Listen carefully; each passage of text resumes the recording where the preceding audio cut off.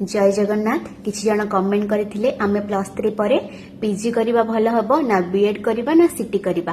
तो मु आपण मानन कहूची आपण +3 परे कोन करिवे ना सीटी पई मध्यम फॉर्म फिल कर दियंतु, बीएड पई मध्यम करंतु आ पीजी पई मध्यम करी दियंतु। बुझी पाले नै किंतु बेसी फोकस रखिबे कहा परे ना बीएड ऊपर। बुझी पाले मु कोन करथिली मु मध्य माने पीजी पई फॉर्म फिल करथिली विथ बीएड पई मध्य करथिली। मोर पीजी रे भी सिलेक्शन होइतिला आ बीएड रे मध्य सिलेक्शन होई जाइतिला। बुझी पाले किंतु मु बीएड एडमिशन कली। आपण मानकर जेमति जदी सेम होइची आपण जदी पीजी भी पाई जाउछंती किबा बीएड भी पाई जाउछंती आपण कोन करबे ना बीएड टा एडमिशन करबे। आपण फोकस रखबे सब बेले बीएड ऊपर।